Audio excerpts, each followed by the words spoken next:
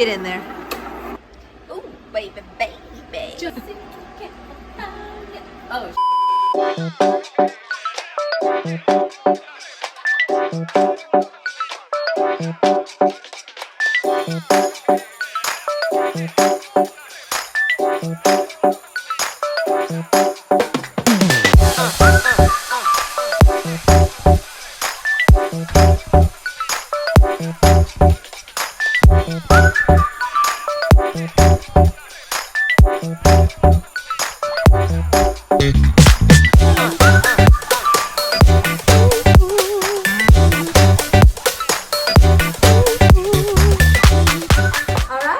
Welcome back. We are on our 6th episode of Italian Summer Series. What we say is hot girl summer, we ain't talking about degrees. And today we are going to be making something that I'm super excited about. Arguably one of the best things that I make. We've been talking about this for weeks. What are we going to make? Ice cream. Ice cream, you scream. We all scream for ice cream. Yes, even you can make ice cream. From scratch. From scratch. Thank you. Not just ice cream, but ice cream sandwiches. Ice cream, ice cream, ice cream, paint job. Not only an ice cream sandwich, but she wanted spumoni. Yeah.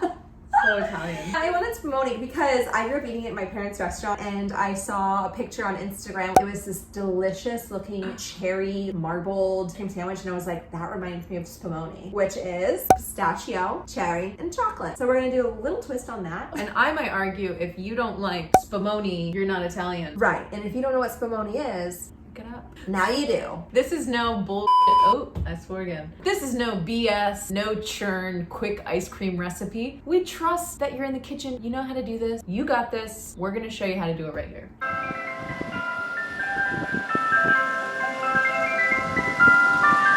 We're gonna make basically a custard. We did a little bit of that technique in our biscotti video where we're using eggs and we're adding heat to that. The technique, snot. We're gonna heat milk and cream separately. We're gonna combine them. We're gonna heat the eggs with sugar, cook it until it thickens, chill it, and put it through the ice cream machine, and that is it. You're just putting down your cookie layer, putting your ice cream, freezing it, another cookie layer, and then you cut it into perfect squares, which you'll see us do at the finished product. And if you didn't wanna do 2 ice creams, this recipe is totally doable with 1 ice cream. We're only doing 2 because we're extra and we love spumoni because we're Italian. Mine was so yummy, I can't believe I was gonna have 2 ice creams. Either way, you can actually take this recipe and just make pistachio ice cream or just make cherry ice cream or just make ice cream. There's so much going on today. I'm so excited for you. Let's crack into it.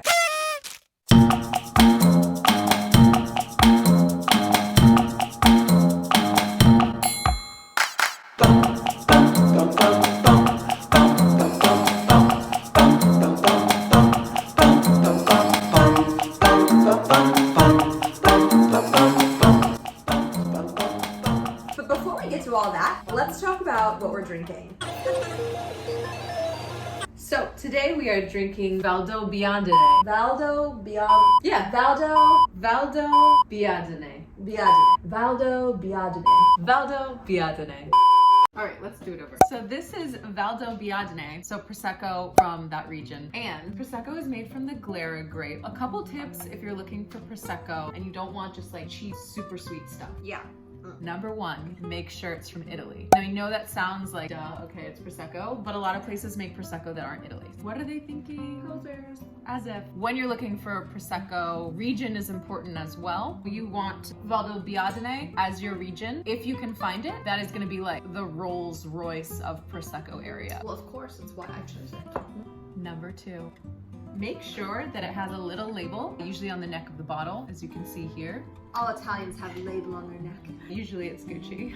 It should say DOC or DOCG. Okay, and what does that mean? So DOC or DOCG is a classification, basically saying this is approved that this wine is being produced there. I remember learning about that when I was in Europe. Of course.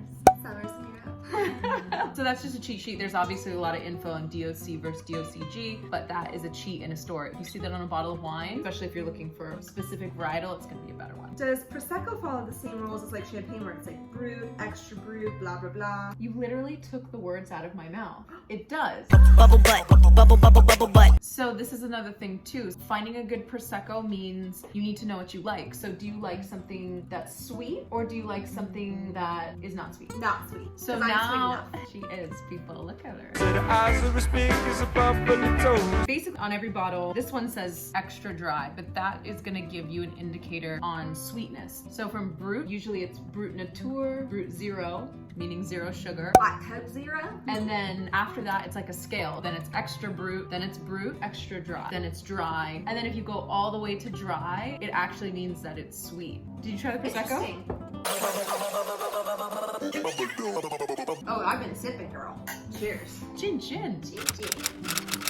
So this one is on the sweeter side today. Do you taste the sweetness in this one? It's a tad bit sweet, but it's a tad bit dry. We're making sweets. We have sweet wine, we're making sweet stuff. Don't be afraid to drink sweet, especially when it's a high quality wine. So this one today is an extra dry, which is something I would usually stay away from because it's on the sweet scale. But as we're eating something sweet, because of the wine making style on this, it's not sugary sweet. So if I could leave you with one bit of information other than all of the bombs I just dropped. Don't be afraid of a little bit of sweet Prosecco from time to time. That's all I got. Cheers. Here's to ice cream sandwiches. I don't even really know.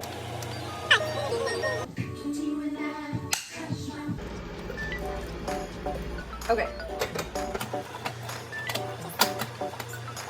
Start. Ice cream. So, we want to start with heating up the liquid with a little bit of sugar and the pistachios for the pistachio ice cream. So I am gonna go 2 cups cream. Because we like things creamy. A lot of recipes use the reverse of this. That's why we get fatter during the summer. This is 3/4 cup sugar. I'm just gonna sprinkle what I believe to be about a 1/4 cup. And then I am going to put almost all the pistachios. I'm just going to reserve a little bit for when the ice cream is finished. Presentation. so we did roast these to make them a little bit fragrant. We did it on 200 for about 20 minutes. So now we're gonna heat this. I am also going to toss in a vanilla bean, crack it open, scrape the seeds out, collect all the nice yumminess from the inside of the bean. One tip, if you have leftover vanilla beans, which I so often do, I end up just putting them in a mason jar and covering them with either vodka or rum and then shaking it up, letting it sit for a month or 2, and that becomes vanilla extract.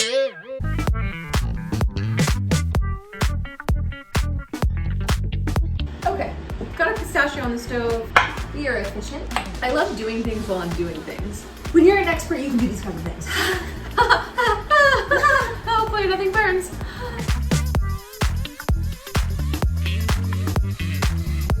Okay, so we're gonna booze these up a little bit with my favorite grandma. These are really delicious cherries, and I wish I had filmed me pitting them by hand because it was painful to watch. And it looked like she was Dexter with like gloves with like cherry blood everywhere. It was like blood splatter. So these are delicious local cherries that are in season. It is cherry season, people. You don't want to miss out on these. We got these from Specialty Produce. $19.99 per pound. But it's Micaela's birthday. They're delicious. Supports your local farm. Take my money. I mean, boy, do they look beautiful. They see me rolling with cherries. Patrolling the Charlie Christmas biting cherries. You know, tablespoon. Uno, dos, tres, cuatro, cinco, cinco, seis. I'm pretty fly for a white guy. This is just to bring out the sweetness. I only did a tablespoon. What we're gonna do is we're gonna cook it down, half freeze the ice cream. When the ice cream's almost frozen, we're gonna streak the cherries through it because how nice is that? Okay, how much of this? Like a tablespoon. Here we go. Looks good. I'm interested. Put a little bit of booze in it. Vermouth obviously has orange flavor. If you're a teetotaler and you don't drink Orange juice. yeah, you could use orange juice. I was gonna say orange zest. Boring. Now we heat this until it becomes kind of syrupy and delicious. Because I pitted these by hand, they're kind of like torn and messy, which I like the look of. Especially if this is gonna streak through ice cream. You have some bits that are more torn, and then you have some bits that are less torn. I thought I saw a man brought to life. He was born, he came around. He was dignified. All in all, yeah, man. I don't care. I know a lot. I don't miss it all that much. There's so many cherries, and that's what's good. So this is our Natalie and Bruglia cherry mix. I like it. This is straight 2000s in your mouth. Cold and I'm afraid. Hand torn. The naked on the block. Oh, okay, let's get To going. the stove. nice and hot. It's turning green. Gangrene. Gangrene. And what about this guy? How's this one doing? This guy's doing good. The juices are getting a little bit fatter and thick. Very nice. You can see all the torn cherries here. Let me do this one. All right. 1 cup of this. Ace of ice cream base. I saw the sign part 2. 1 cup of milk. 2 cups of heavy cream. This is for my bath later. Don't forget the creme. Ooh, I hear sizzle. Uno, doso.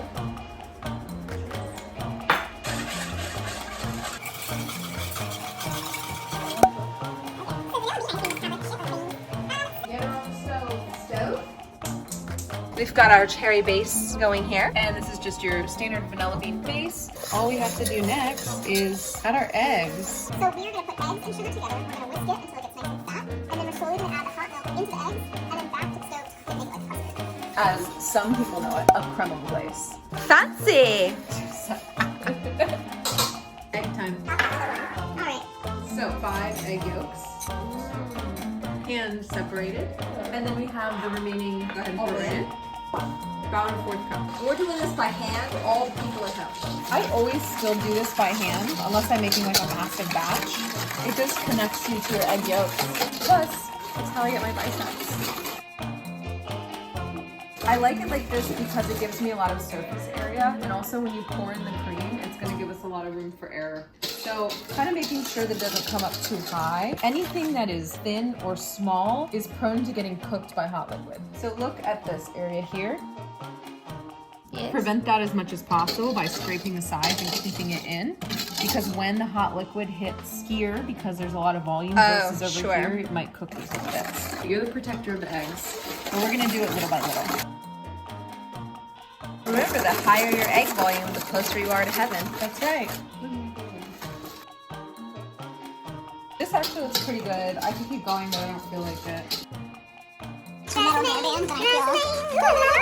So now we're gonna pour the hot liquid into the egg and sugar mixture ever so slightly. If you're doing this alone, what you wanna do is you wanna get your pot with the hot liquid set up next to you, get a ladle. You're gonna have to use both hands and you're gonna ladle just a little bit at a time. So give me like a ladle full if you were a ladle. Okay, stop. Perfect. So we want the temperature of the eggs to get warm to match the temperature slowly, slowly, slowly, and that's how we don't cook the eggs. We Give don't me a want little brunch. more. We don't want brunch. Okay. Make sure to get those nice bits on the side. And when this starts to feel warm, that's when you can almost go for it. So give me a little bit more. At this point, you can just keep going. It seems nice and hot.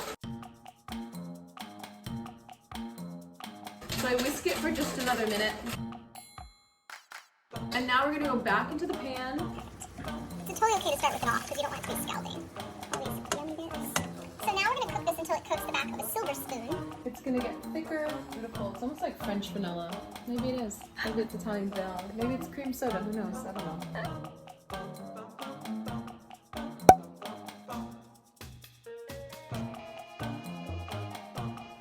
You ready for me? Ready for you?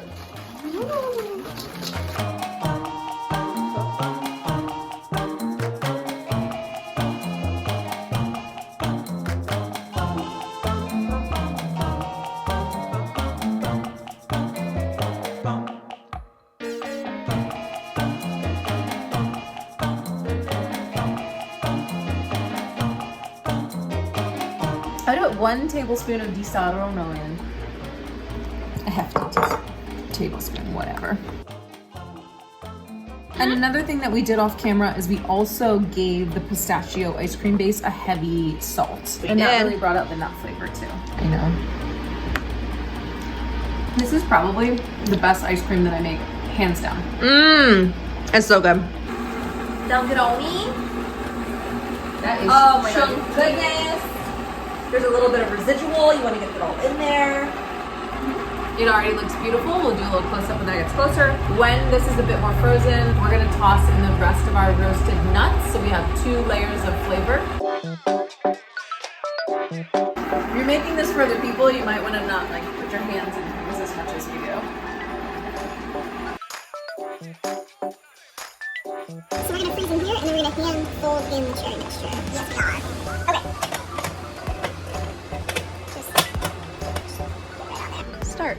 So we have 2 ice cream machines, one from each of our homes. Dueling here ice today, cream dueling machines. ice cream machines. I've had mine for 10 years and it's still kicking. My 10-year-old Cuisinart that is still kicking. She says she prefers this over mine. This is about $100. Mine sings, okay? Pistachio's ready to be frozen. Give us a description. What do you think? It's like so creamy, the most decadent, delicious. I can't even describe it. So, so good. And what you didn't see is we put in that last remaining pistachio just to get a little extra bit of crunch.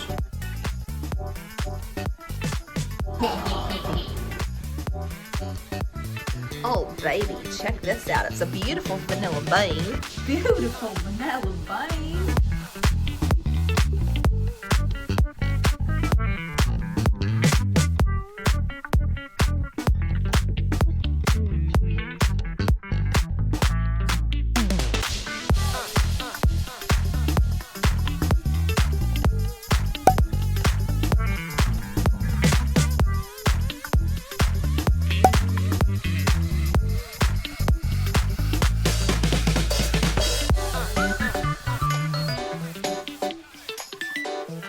Slide down right out of there. Look at those layers. It's gonna get even prettier when we cut it.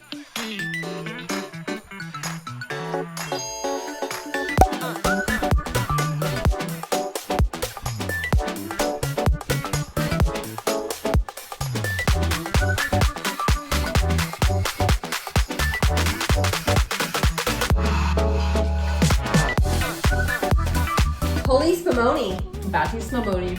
Dino Spumoni. Cheers. Cheers.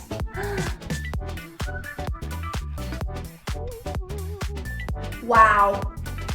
I don't want to eat anything else ever again. Are you pleased? That's all I care about. This is for your birthday. Honestly, I'm more than pleased. It's so good. And the combination of chocolate, pistachio, and cherry is so Dino Spumino. I like don't even know. That's enough. I saved one. Okay. I love the chocolate chip. It's good, right? And